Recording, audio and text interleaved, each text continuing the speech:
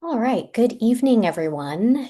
Thank you for joining us. We are very excited for tonight's information session. We are kicking off a brand new fellowship, which is very exciting. And we're going to share all of the moving parts of this new opportunity tonight for those of you who may be prospective applicants, for those of you who may be wanting to learn more to share with your network, for those of you who are maybe just curious and want to see what this is all about.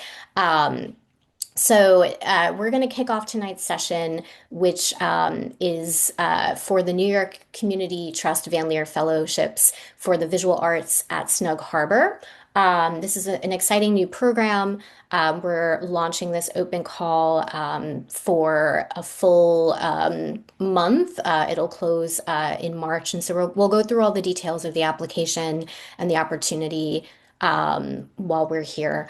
I'd like to take a moment just before we start to say if you have any questions, you can activate the Q&A box. Or feel free to type a comment into the chat. I can't guarantee that while we're speaking, we'll be able to monitor both at the same time, but we'll do our best. And then there will be a portion at the end to ask questions. I did note that there was a question already about whether this event will be transcribed.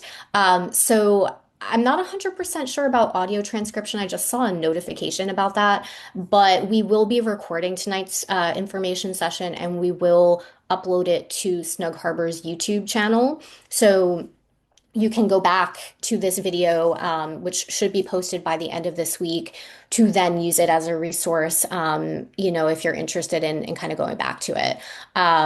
So that's something just to note.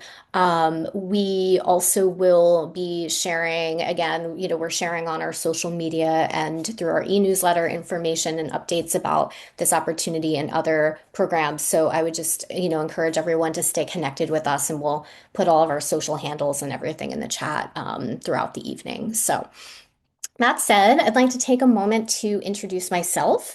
My name is Melissa West. I am the director and senior curator of the Newhouse Center for Contemporary Art at Snug Harbor. I have been with Snug Harbor for next month, it'll be 11 years, so almost 11 years. I'm very proud of the arts programming and the many exciting projects and opportunities that we have been working on, and especially in the recent couple of years, we've really focused in on artist residencies and creative development for artists, which is a really exciting component in our community to be able to be a hub and a resource for artists across career stages and to be a platform for artists to be inspired by just such a unique site, which we'll show some photos for anyone who maybe hasn't been to Snug Harbor just yet. So I oversee our artistic programming, which includes exhibitions, public art, performances, residencies, and all things in between. So that's a little about me. And now I'm going to introduce our artistic programming coordinator, Lexi. Hi, everyone. Welcome to the info session. As Melissa said, my name is Lexi Cordato, and I am the Artistic Programming Coordinator. I pretty much assist Melissa with all of our programming, including performance and visual art-based programming. And I try my best to accommodate and coordinate all of our artists. So if you do get the opportunity to be part of this open call, we will probably be working together. We do have a small department. So you will be seeing Melissa and I quite a lot, and we will be directly assisting and helping. I also have a background in fine arts, and I have a BFA in fine arts. I am a practicing artist myself. And so I find that being in this position, I am able to assist and get to the level of a lot of visual artists and understand your practice. So if you have any questions regarding visual arts based things, while you're filling out the application, or even when it comes to while you're here, I am happy to be a direct support for you. And I think that's all I have to say for right now. Great, thank you. All right, so we'll kick it off. We're going to go through different slides that will explain the application process and the opportunity. So I'm going to take us through it step by step. So first, just a little background. It's always good to kind of learn about the venue and the organization that you may be applying for this opportunity to. So I'm going to share a little bit about Snug Harbor, recognizing that there may be some folks on the call who have been there and who know about us, but just in case. So this is a bird's eye view of Sailor's Snug Harbor, which is the campus that we are stewards of. Sailor's Snug Harbor was a 19th century retirement complex for sailors and merchant sailors who, folks who had worked very hard lives at sea. This was before modern amenities and, kind of really, really rough lives, and often did not have a safety net or home to return to when they were ready to retire or when, in their career they experienced illness or injuries. And so this site was the vision of a man, Sir Robert Richard Randall, who worked with a good friend of his family, Alexander Hamilton, to basically develop the trust for Sailors Snug Harbor. And so this is just this is a beautiful old historic photo from the SUNY Maritime College, which houses the Snug Harbor Archives. But you can kind of see it's this really large complex. We have these beautiful Greek Revival buildings. We are right along the waterfront on Staten Island's North Shore, so you can see the Kilvan Col at the bottom of the photo. And so Snug Harbor is a site where there's where the past and the present and the future kind of coalesce, and artists are constantly inspired by this historic legacy. We have multiple museums and organizations that reside on the campus, including the Staten Island Museum and the Noble Maritime Collection. And so both of those organizations, as well as Art Lab, and there's also the Staten Island Children's Museum and many other local businesses and organizations that use Snug Harbor and call Snug Harbor home. And so you'll get to know a lot of these different organizations while you're on site. And, there's quite the possibility that if you're interested in a particular area of Snug Harbor's history or Staten Island history, that you can conduct some research within these institutions and their archives. So there's a lot of opportunities on the grounds. I'm going to shift over to this is kind of a sort of more recent aerial view, just so you can see. It's again very easily accessible by public transportation. We're right along Richmond Terrace, which is a major road. You're never too far from the water, which is really nice. We're a quick ride from the Staten Island Ferry. So, you kind of know you're here when you see these beautiful buildings in the distance. And, there's a lot of different ways to just enjoy the campus and the nature and the sort of botanical elements as well. So it's a beautiful site. I encourage you to, once it's a little bit warmer, to come out and make a visit and just, kind of get inspired. Even outside of this opportunity, it's really just quite a lovely place to spend some time. So, we're here tonight to learn about the New York Community Trust Fellowships for Visual Artists. This, again, is a very new opportunity. Snug Harbor was just awarded a major grant from the New York Community Trust to do this program. Through what is called the Van Leer Fellowship. So I'm going to go through what this opportunity entails because there is very specific eligibility requirements. So this is an annual open call. We will be doing this open call in 2026 through 2027, and then we'll do another round next spring. And that'll be kind of like the basis of this program. So if for some reason it doesn't work out for you this year and you fit the eligibility requirements, you will have another opportunity to go for this next year. So next winter we'll launch the next open call for this program. The open call will be reviewed by a juried panel, and we will select two early career visual artists, and we'll define what that is in more depth, who identify as African, Latine, Asian, Arab, and or Native American descent. So if you are an artist that fits that description and you apply for this program, we will be awarding 2 year-long fellowships. So you'll be in a residency for a full year. And you will, as a part of that, get exclusive studio space, extensive professional development support, access to a private cottage. So you'll get time to both live and work on campus, a pretty significant artist fee that will help to support your work and development of a culminating exhibition. So those are kind of that's the outline, and we're going to go into detail about each of those components. I wanted to emphasize that, this is a sort of professional development opportunity. Like this is really about investing in um, early stage early career stage artists who are just kind of starting out. So throughout this process, fellows are and will be encouraged to approach their fellowship from a place of exploration and growth, encouraging new ideas, taking creative leaps, and working to develop your practice and skills to advance your professional pursuits, your creative pursuits. So, this is really, if you're coming out of a university program or a BFA situation, like you might just be starting out, you have to be kind of open to that growth. Not everyone is comfortable with like not maybe knowing how the process of the creative development might unfold over a year and having an exhibition at the end of that. So you have to be kind of ready for the unknown a little bit with this opportunity. Of course, you want to have a roadmap of maybe what your idea is, but a lot can develop and change as a result of the professional development support that we plan to provide. So, keeping an open mind is a big part of this opportunity. So just a little about the New York Community Trust Van Leer Fellowships. So the New York Community Trust is a nonprofit granting organization. They provide a lot of support across many different areas, arts and culture, alongside other social services.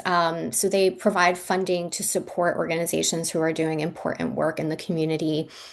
This particular funding program is for early career artists. And so they have, they provide funding to different organizations across the visual and performing arts. So you may have seen the Van Leer Fellowships associated with a dance organization or another visual arts organization or a theater company. There are many organizations across New York City who receive funding to support Van Leer Fellows. So that's just something to note that if you have peers who are in that sort of eligibility that they can, see what other Van Leer fellowships are out there because there's a number of organizations that provide them.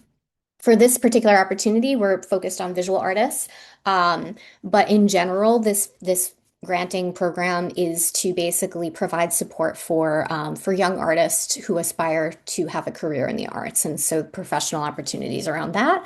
And we want to just sort of point to the originators of this program is really funding that comes from the Edward and Sally Van Leer Fund. So they have graciously endowed this fellowship to provide support to young emerging artists. So I just want to take a moment to pause and give a little bit of a visual. This is a visual of one of our galleries. The Newhouse Center for Contemporary Art at Snug Harbor is a sprawling space that is comprised of 2 buildings. So you'll see different images along this presentation that highlight our spaces. And so these are the galleries where you'll be able to develop an exhibition and have your work displayed. And so, especially for emerging artists, it's really exciting to have an opportunity to know that you're going to have an exhibition at the end of this program. And we have a lot of beautiful, sort of historic spaces to make that happen in. And so we'll give you a taste of the variety of the different locations that we have. This is from an exhibition from 2019, and just kind of highlights just the expansiveness of the gallery space.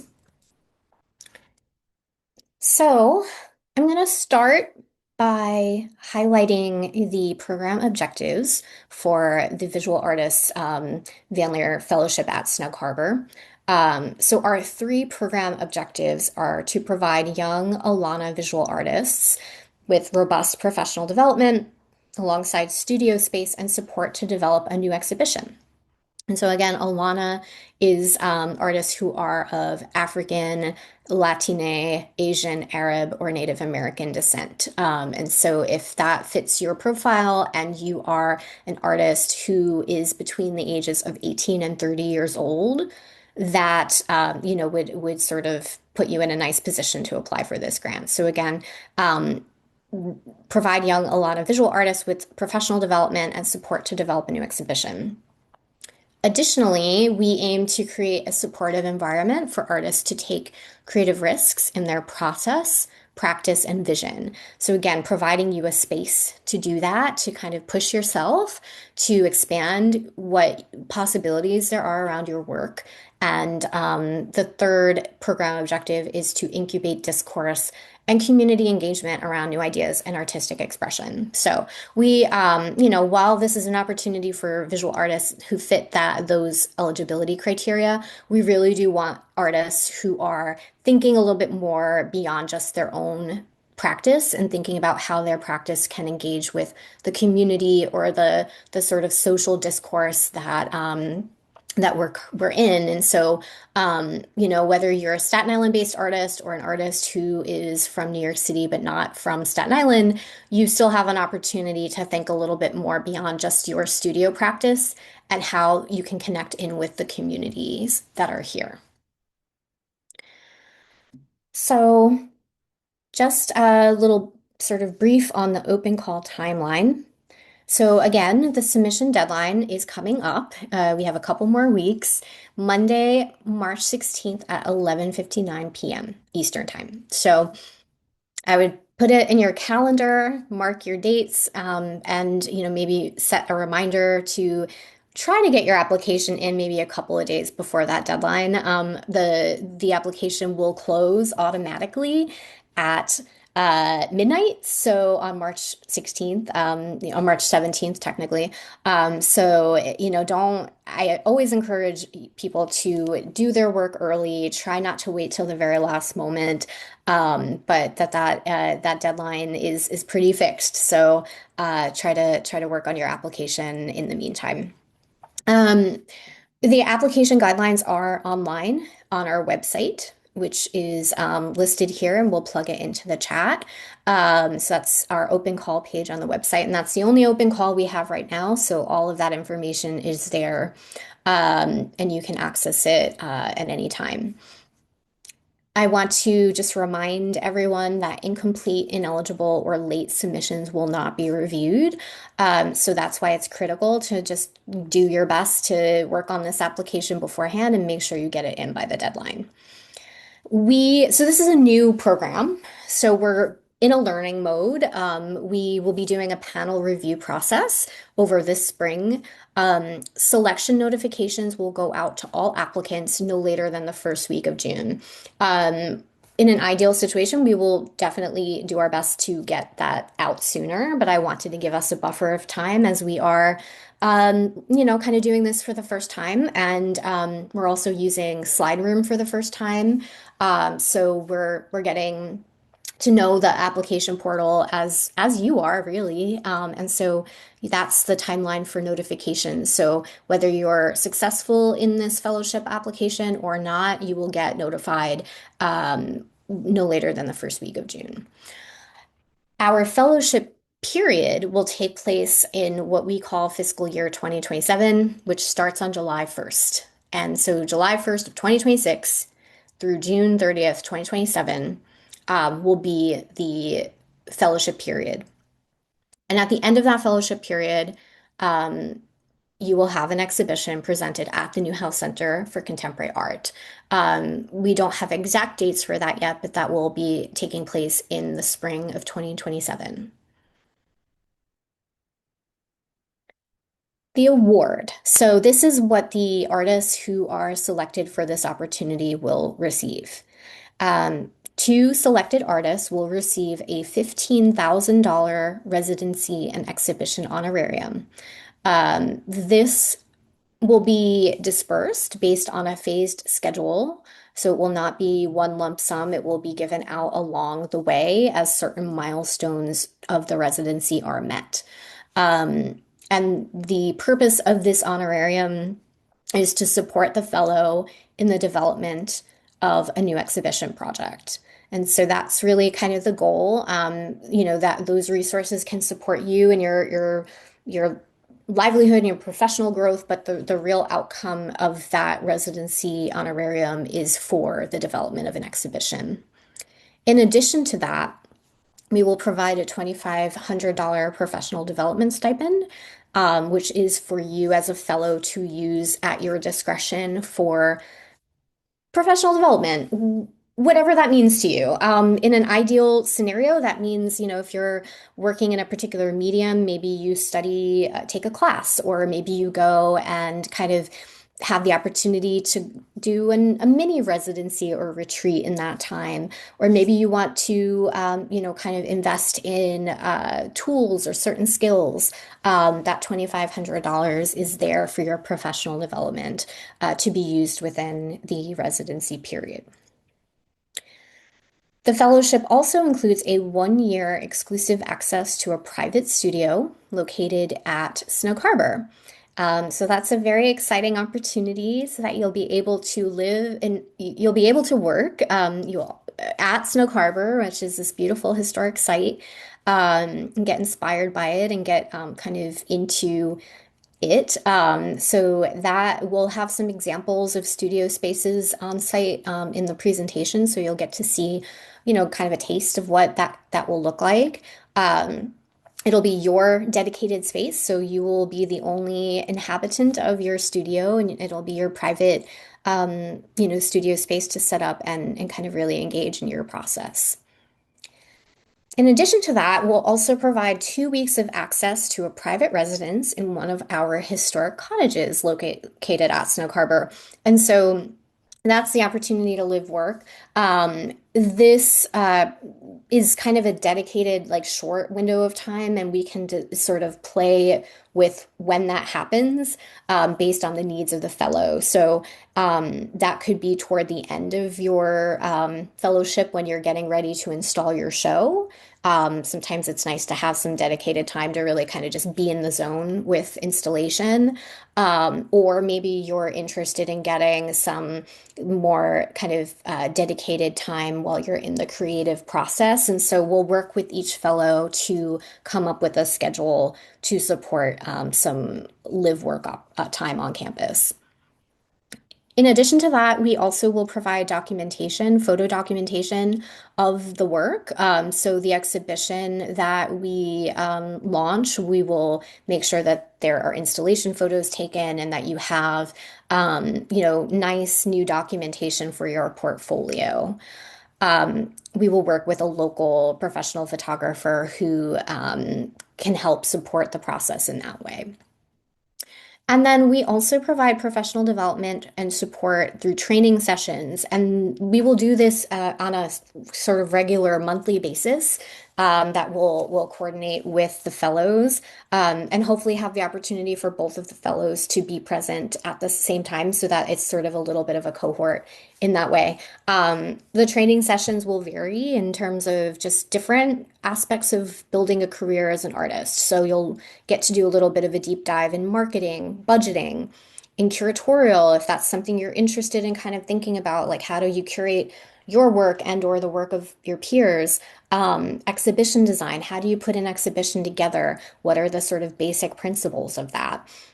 Public programming, so getting the opportunity to kind of learn about how do you really think intentionally about developing a public program that connects back to your work, and other relevant topics. And so some of that will be iterative and kind of based on the fellows that are selected, and some of that will be kind of looking at the field at large and really thinking about where there are areas to kind of get specialized skills and professional growth in. So that's kind of the full scope of the award. I'll leave this up for a moment and then I'll move forward. And again, if you have questions, feel free to just start plugging into the Q&A box or the chat. So now I'm going to go a little bit further into eligibility. So again, this is a specialized opportunity, and so there is kind of specific eligibility requirements that are kind of based on the Van Leer fellowships through the New York Community Trust that I mentioned earlier. So this is an open and free call for visual artists who live in one of the five boroughs. Proof of address will be required. So, you should be a resident of one of the five boroughs. You are between 18 and 30 years old at the time of the fellowship start date. So the fellowships start technically on July 1st, 2026. So at that point, are you between 18 and 30 years old? If you are not eligible for this opportunity. You must be an artist who identifies as an artist of descent, sorry. And so again, that's African, Latine, Asian, Arab, and or Native American descent. And you must be an artist who identifies as emerging. So you have a growing visual arts practice in one of the following disciplines: drawing, craft, installation art, paper making, printmaking, painting, photography, sculpture, textile and fiber arts, video and new media. You may be saying, okay, well, I'm a visual artist and like my work kind of doesn't really fit all of those distinctions. I would say like we are open to maybe artists who don't quite fit the mold in one of these areas, but these are kind of the primary areas that we are supporting through this opportunity. If you have questions about that, feel free to raise them in the chat.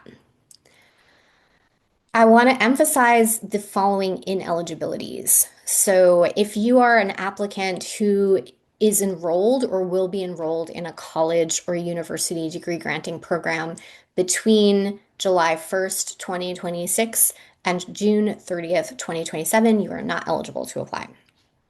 And if you have previously received a Van Leer Fellowships Award, regardless of institutional affiliation, you are not eligible for this opportunity.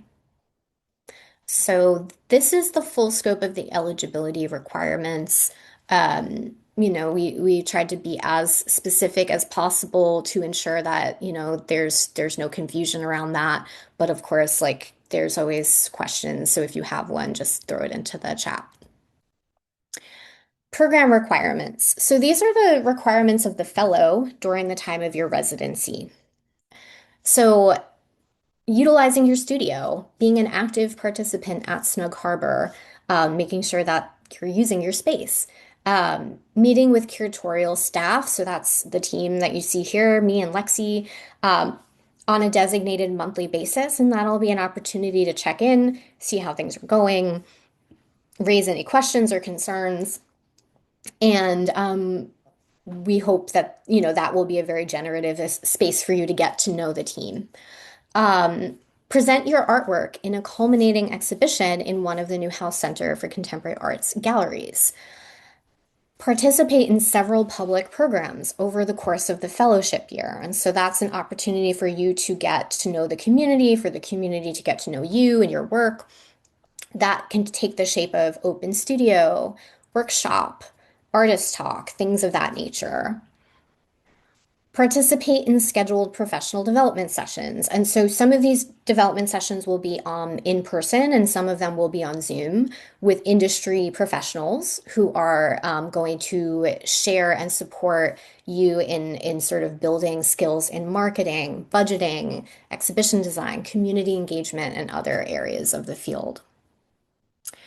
Participate in regularly scheduled cohort engagement events designed to build community and opportunities for networking. So you are one of a cohort of two. There's a tiny cohort, but we also have other residency programs in performing arts and other opportunities where artists are on our campus. And so we want to kind of along the way have like just social events for you to just kind of learn about who the other artists are on the site, invite local artists to that, and just kind of like have opportunities to build relationships. So that will be something kind of scheduled periodically throughout the fellowship year. We also have participate in a blog post or social media engagement. So again, just using the digital space as a way to get to know the community and have the community get to know you. That could be doing a reflection, like a reflective writing on your process, or having an interview, or doing an IG live. We've done IG lives sometimes where you get to just kind of like hop on and we just talk about your fellowship, how's it going, things like that. Um, so that can kind of take shape based on, the fellow and the sort of rhythm of things, but that's something we would look toward. And then the last two program requirements are to complete an exit survey at the end of the residency, which is done online. So it'll be kind of a form that you can fill out, and then complete an annual online survey to assess impact after your residency through 2030. So that'll be an annual, hello, how are you doing? Please take this survey online, just so that you can kind of share where you are in your career, how's it going, and just so we can then reflect with our team, and also just see what was the trajectory of growth for you during this residency, and what opportunities did that lead to as a result of this residency. So those are the requirements. That's what you as a fellow will be required to do. Hopefully it's fun, that there's something joyous in this process of getting to have dedicated studio space and an exhibition to work toward. Not It's not always the case that there's such an opportunity around that. So while these are required deliverables for each fellow, hopefully there will be, kind of an excitement around that. Um, Now I'm going to go into the selection process. So I mentioned that we will have a juried panel that will comprise of Snug Harbor staff and arts professionals to select the two fellows. This will be a closed panel, so we will not share who the reviewers are, but they will be made up of people who are familiar with Snug Harbor, Staten Island, and the visual arts field. So that's something they will look at all of the applications. Any application that is eligible that applies will be reviewed thoughtfully. And we, as I said, will notify all applicants by the first week of June. The criteria for this award. So we are looking for artistic vision and voice, application narrative, site responsiveness and community engagement, and work samples. Those are the four areas that we are looking through each application to see how you're able to communicate what you plan to do. Each of these categories are split 25% each, so one is not weighed higher than the other. We feel like that's sort of as the most equitable way to review applications is by kind of assessing each of these buckets in equal measure. So I'm going to take a moment just to go through a little bit more about each criteria. So artistic vision and voice, how are we defining that?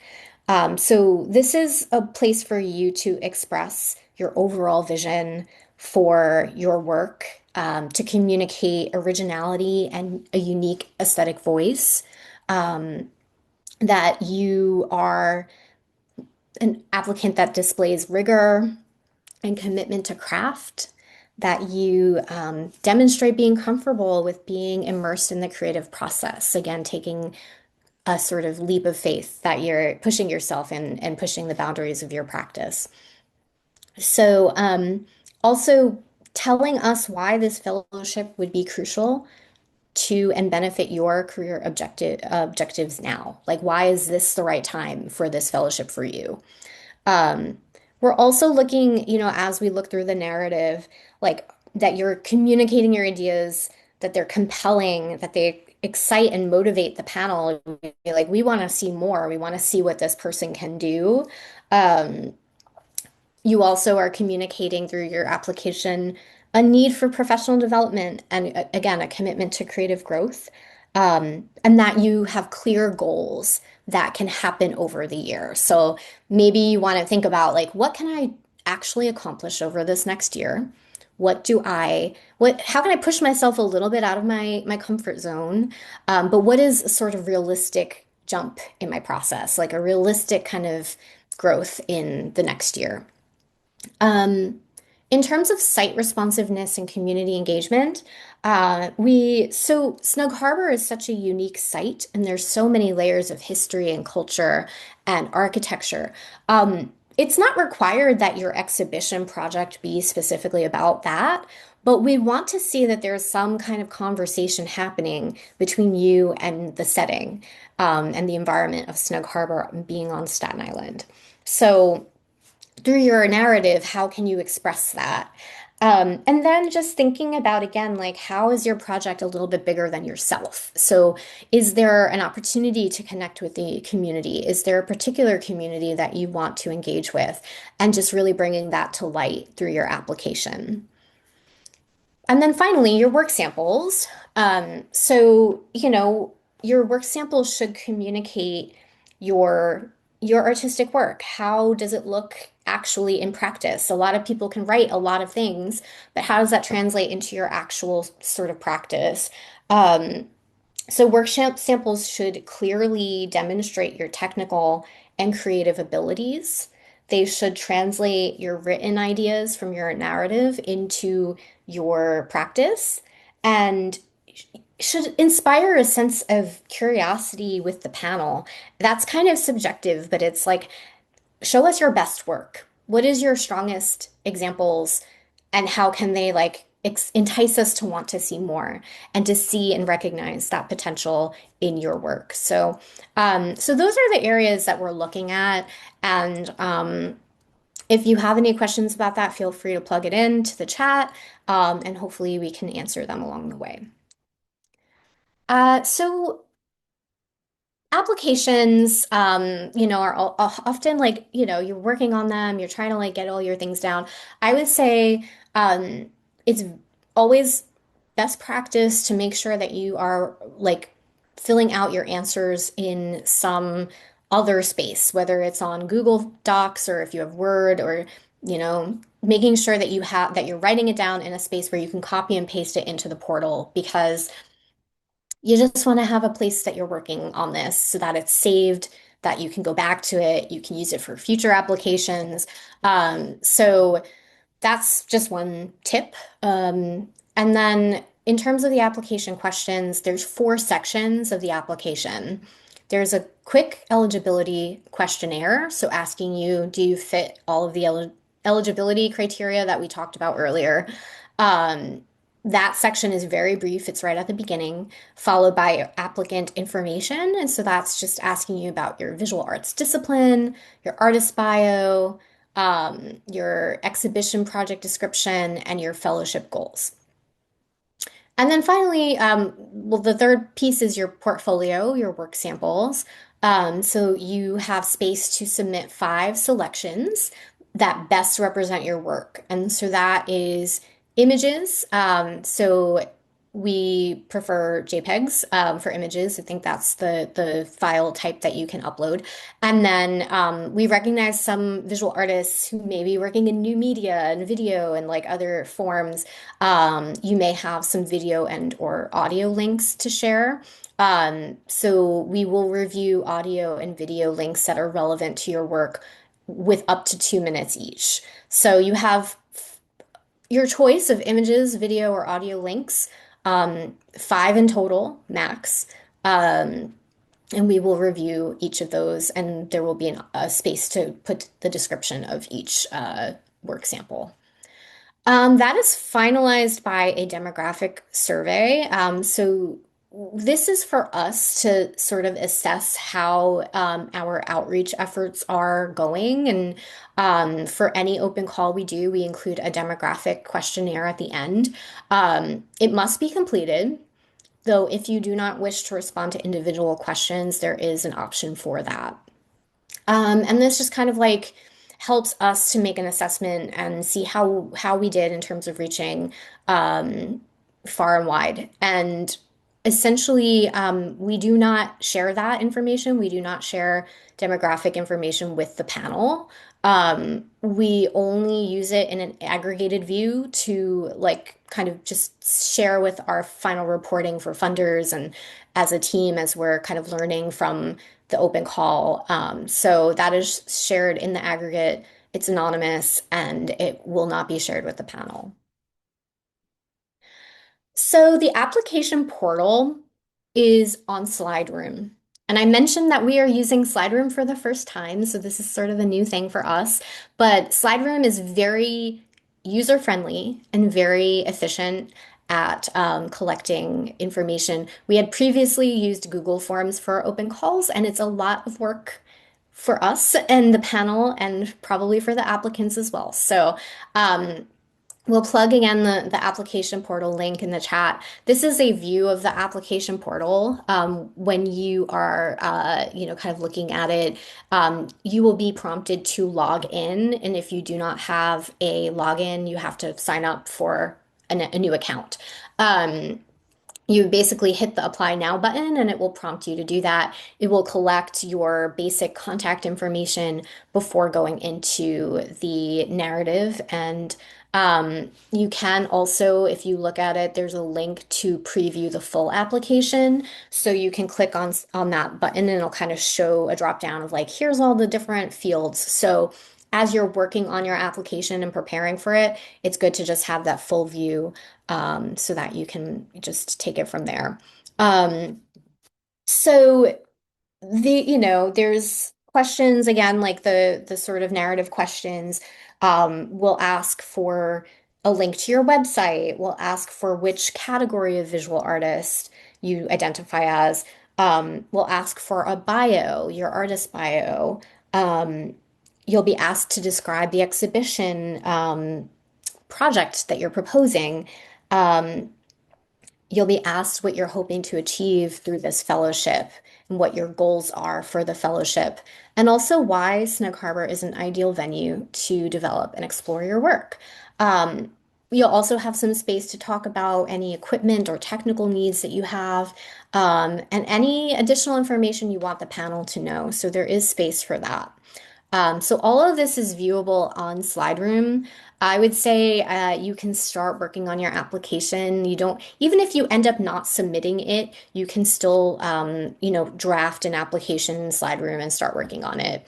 Um, we know sometimes things happen and you don't get to for some reason you miss the deadline or you decide not to apply. But if you would like to start an application, you can do so just by going to that link. So that's kind of an overview of the opportunity and the application.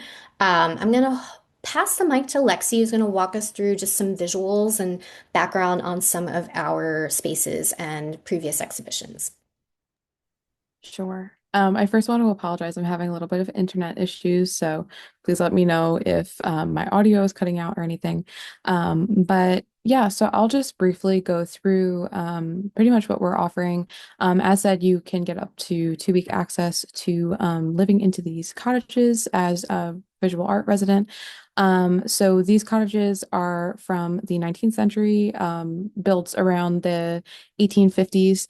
And they originally housed matrons and those who labored on the campus and took care of the sailors. So it has a really nice historical background, and it comes with full amenities. So the outside looks old, but the inside is completely refurbished. It has bedrooms, full working kitchen, bathrooms as well. Wi-Fi is also provided. So we can go to the next slide and I'll start to go through the rooms. So in Cottage B, we have this living room with a pull-out couch. Cottage B comes with 2 twin-size beds, 1 full-size bed, and a pull-out couch that also pulls out to a full size. And Cottage A comes with similar, but with an additional twin-size bed. So depending on where you will be staying, there are multiple bedrooms, and I'm sure in many of our residencies, we've accommodated visitors and everything, and we usually work with you on that during your 2 week stay. Um, so there is more than enough room for you to explore in the space, even to set up your own study if you would, to do little studies, sketches, and go through the windows and everything to see the beautiful nature that you're surrounded by. There are no televisions. We do encourage those who stay in the residency and in our cottages to interact with nature, to interact with um, the amenities that are on site. We have Eggers, which is a local ice cream shop that is only 2 cottages down from Cottage B. They make homemade ice cream. They are Staten Island favorite, Staten Island local shop. And during the spring and summer months, we also have Harbor Eats, which is a little snack shack, which has some great food as well. And we also encourage everybody on the campus. There is 83 acres of land, and we do encourage people to have picnics and to enjoy the scenery, which is why we don't have televisions, but we do have Wi-Fi, so we at least are up to date with that. So those were the 2 images of the living room. We also have a dining area. You'll see that there are fireplaces. Those are not operational. They were, back then, but not for the residencies, just for decoration. So in the dining rooms, you can see that we have 4 chairs and a table, and then we also have a kitchen, which comes with a stove, a refrigerator, microwave, sink. We also provide bowls, plates, cooking utensils, and such, so you can be active in the space and provide your own meals, cook it. I would also like to note that DoorDash, Uber Eats, those companies also deliver onto campus, as well as Instacart or anything like that. So if you are staying here and you need those services, then they come here all the time. We also have a lot of local shops and eateries, and as well as stores. We have a ShopRite, a Key Food. Um, so stores like that. We do not have laundry. That's the one thing that we do not provide on the campus, but we do have local laundromats. And during your residency, I am more than willing to supply a list of local options when it comes to different businesses, when it comes to laundromats, eating, groceries. And then we'll go to the next slide.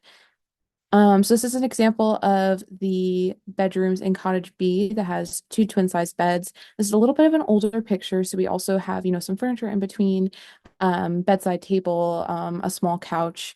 We also provide linens, so we do have the pillowcases and the sheets and the comforters for these beds. We do encourage you to bring your own if you can, but we do have those on site, as well as towels, shower towels, as well as dish towels, washcloths, those. And we'll go to the next slide. This is cottage A, same thing. This is a smaller bedroom, but 2 twin-sized beds. And we also have cleaning supplies. We try our best to accommodate with any materials you may need. Similar to an Airbnb. We try as much as possible to make this a comfortable space. There is heating, there's air conditioning. As much as like I said, the cottage is old, we pretty much have it refurbished to a very modern, livable space, that is very beautiful. Yeah, and so this is pretty much what we offer for our cottages, options.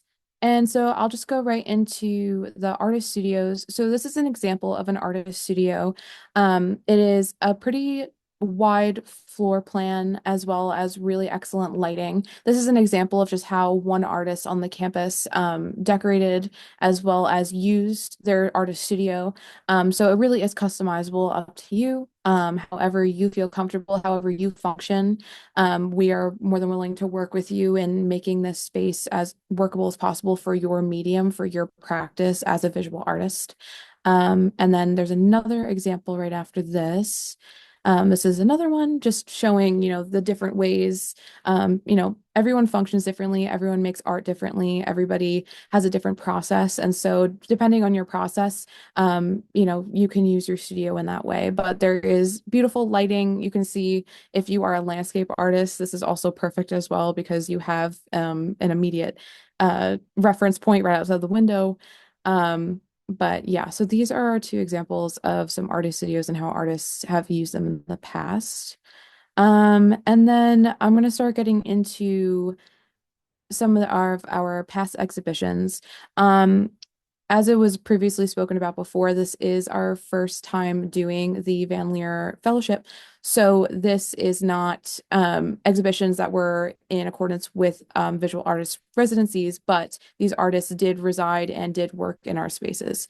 So this is an example of an exhibition that just recently ended, actually in January. This was Tatiana Rocha's Entre la Coca y el Oro.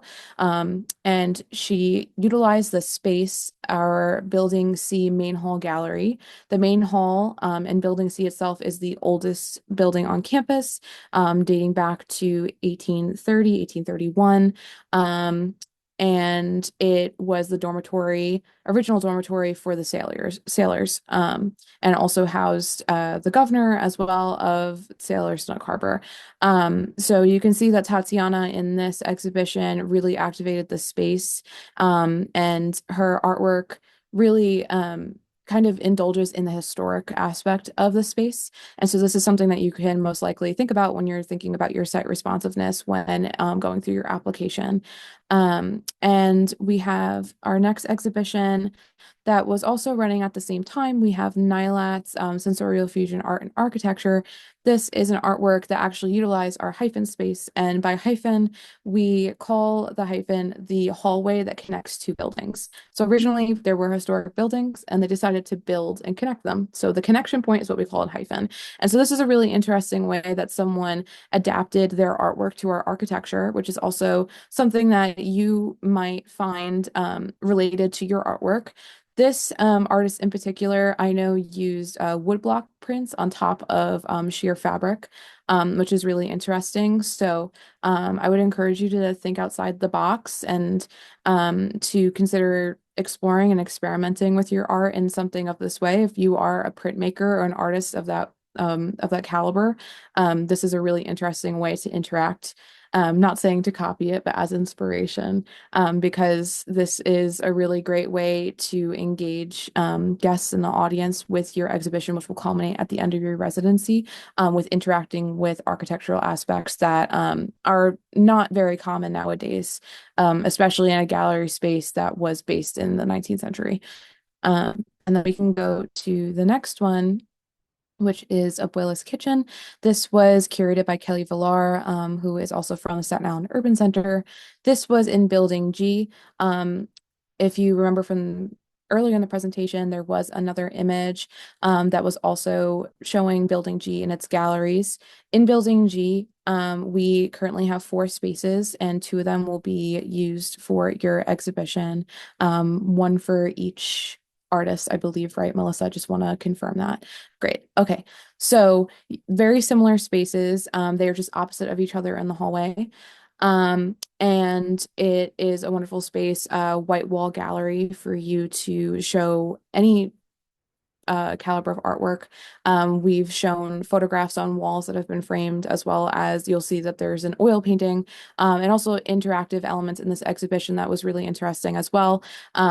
There were mixed media. So as Melissa also mentioned before, that if you don't fall within one category, that your mixed media can actually make the exhibition more interesting at the end of your residency as well, if you practice within that type of artwork. And I'll have Melissa continue on with the other exhibitions that we've also had in the past. Great. So I'll go through this pretty quickly, just in the interest of time. So these are just examples from previous shows. This is a recent exhibition from 2021 in the main hall gallery. This is Roots Anchors, which was a group show that, again, kind of was an exploration of the historic layers of the site and through contemporary artists. And this is just one example. This is the work of Katie Holton. She also, while the exhibition was up, she did a salon and had art, seed making, and there was just a lot of different like social practice type community engagement around her work. So that's again like she had, as you can see, there's a table, there was different literature for people to read while they were in the room. And so, just many different ways to approach your exhibition project. Um, this was in the same exhibition down the hallway. This is the work of Siobhan Nichols. Um, Again, a lot of different opportunities to just show your work in ways that make sense to you. We do have cases and pedestals and other mechanisms to display your work. So that's just something to keep in mind in terms of when we get to the exhibition design. And finally, these are just some aerial views. This is from Staten Island Mode. This was an exhibition about fashion and Staten Island. Um, just in terms of exhibition design, they were thinking of a modular space where you can move pieces in and out of the view. And so we had these sort of hanging apparatus where you can roll through the space if we needed to clear it for like a public presentation or something like that. So lots of different ways to approach exhibition design, and that'll be part of the professional development support. This is a close-up from that exhibition. So they were, really thinking about fashion and memory, identity, and how, we are what we wear. So that's just a kind of taste of the different types of exhibitions we've had. And finally, these are shows that we did in 2022. Queer Van Cult is a local artist collective, and they work across visual and performance media. And so their work was really, I would say, multi-hyphenate. They did a lot of different things in their exhibition. This is a piece that they built in the space by Zoe Torado, and they had a projection in the background. So again, there's different ways to kind of create the right scenario for your work within the space, using technology, using different display methods, and this was from their opening reception. They had a performance as a part of that. So, kind of working with their community to kind of bring their work to life. So, again, lots of different approaches. You can see they painted the walls. We try to limit sort of really drastically changing the space in that way, although we can, if that's something that's really critical to your presentation, that is something we can discuss. So that's kind of an overview of this entire opportunity. We try to give you some visuals and examples of work in the space. And just as an application checklist, so again, Monday, March 16th at 11:59 p.m., the application portal will automatically close. We are using Slide Room as our application portal. And again, there's four sections of the application: a brief eligibility questionnaire, applicant information, work samples, and demographic survey. Um, we will not review late or incomplete submissions. Please make sure to get it in before the deadline. And again, we recommend working on and saving your narrative in a separate document. If you do have questions that are not answered tonight, you can email us at info@snug-harbor.org. Or you can, connect with us on social media, or, just try to reach out with any sort of questions that you have. Um, so I'm going to we're at 7 p.m., but we're going to take some time for um, questions. So I'm looking at the chat and just to briefly look through.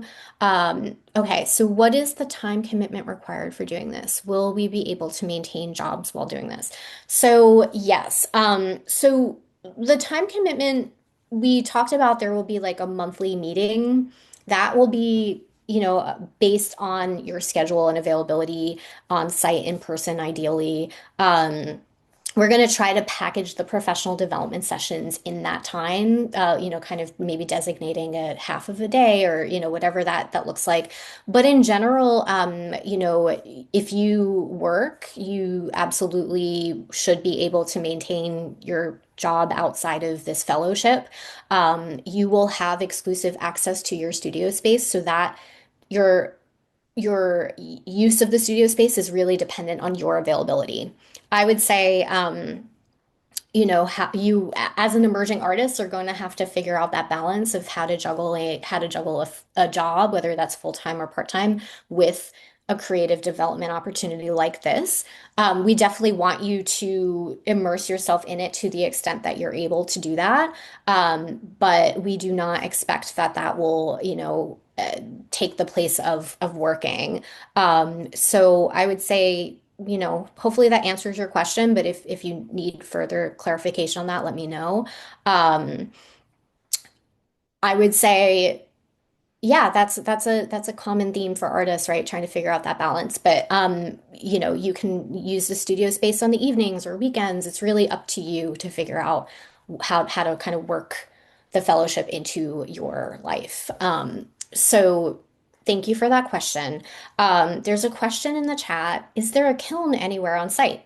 Um, could the funding maybe be used toward paying to run the kiln? Is there a slop sink near the studio?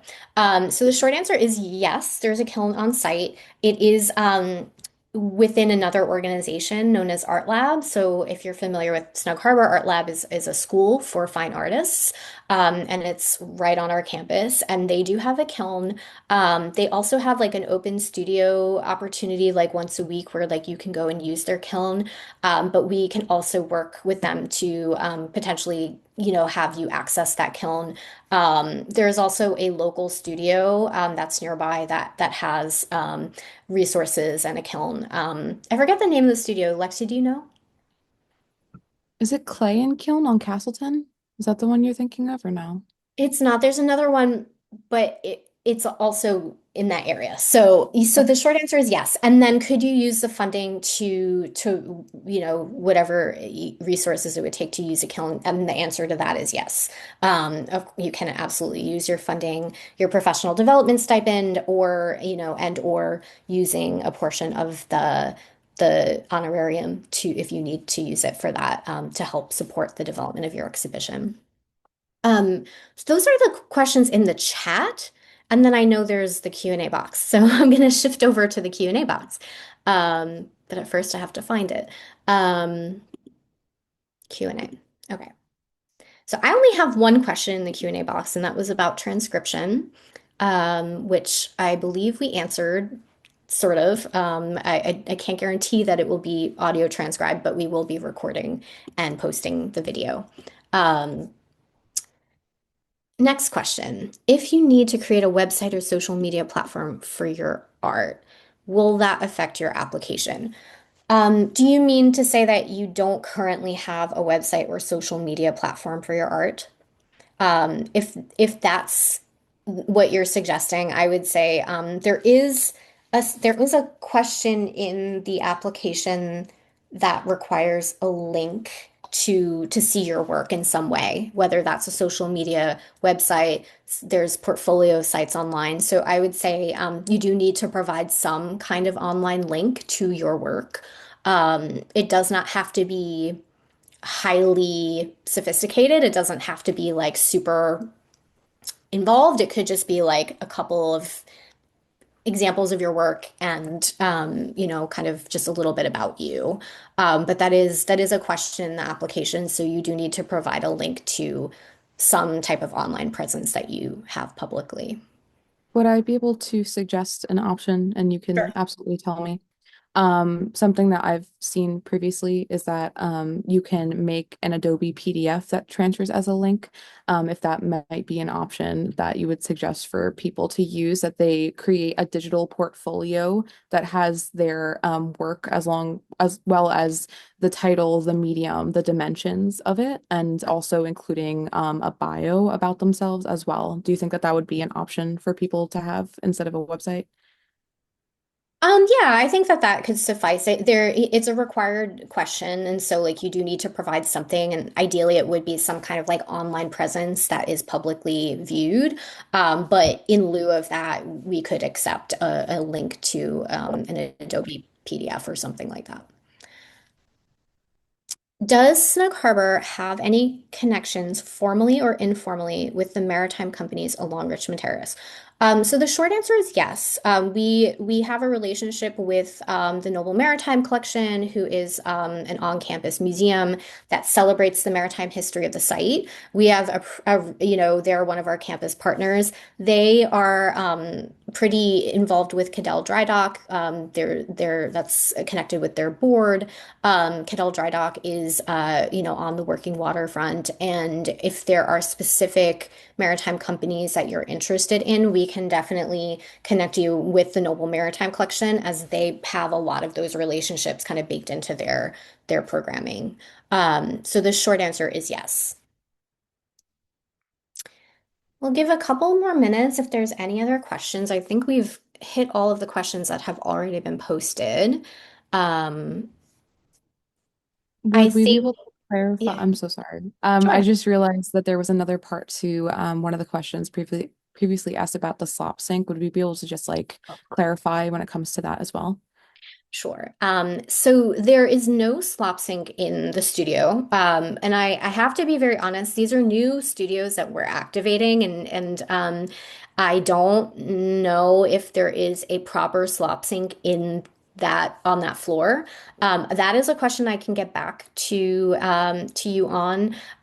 We do have artist studios in a separate building that does have a slop sink, so we should be able to accommodate that, but let me just double check about these particular studios and the proximity of the nearest slop sink. So that's a good question, though. Thank you. Any other final questions?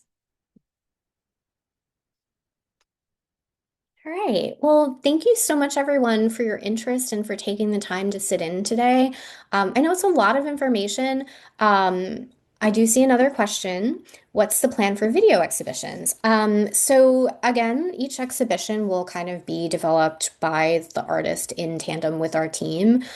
We've done, single channel, three channel video installations of various scale with previous projects. So we that is in the realm of possibility, and we would have to work with you to determine the best equipment and setup for that for your particular show. I see that there's someone who has a question. You are welcome to enter that question in the chat.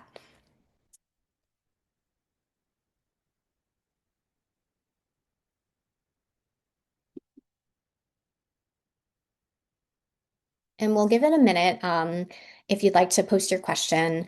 In the meantime, I'll say again that we're going to post this to our YouTube channel. It may take a day or two, so just give some time with that. Um, Question. If you are in the spectrum, can you apply? Can you apply? So the short answer is yes. There's no restrictions. If you identify as on the spectrum, you are more than welcome to apply. We have a fully ADA accessible site. We do have some of our buildings, as you see, they're old and historic, and so some of our spaces are uh, ADA accessible, but may have some challenges. So if that's something that anyone has questions about in terms of accessibility, please reach out to the info at snug-harbor email so that we can further clarify that for you. But the short answer to your question is yes, absolutely. Great. I think that's about as much time as we have tonight. Um, I see a lot of last minute questions coming in. Sorry. We'll take time for one or two more questions and then we'll kind of wrap it up. So, final question. In terms of research on site, what kinds of research is conducted at Snug Harbor? Any science-based projects? So Snug Harbor is a very unique site because we are historic buildings with historic architecture, but we also have sprawling botanical gardens and we have various ecosystems, including a farm, as well as wetlands and other kind of natural spaces. Um, Snug Harbor's education department does have uh, educational activities around composting and environmental stewardship. So if you're interested in like the more environmental botanical aspects of our site, we do have resources to connect you with to help support that research. And in terms of the museums, the Staten Island Museum is a general interest museum, and so they do have an extensive science collection, and they have a science curator that we would be more than happy to get you connected with to support your research. So while we are an arts organization and Snug Harbor is a sort of site that's geared toward public history, there is a large kind of environmental stewardship and ecological component to our site, and we do often have artists who are interested in that, and so we can connect you to our colleagues on campus to help support that. All right. So that's the end of our info session. If you have further questions, you can email us at info@snug-harbor.org. You can also connect with us on social media at the Newhouse Center.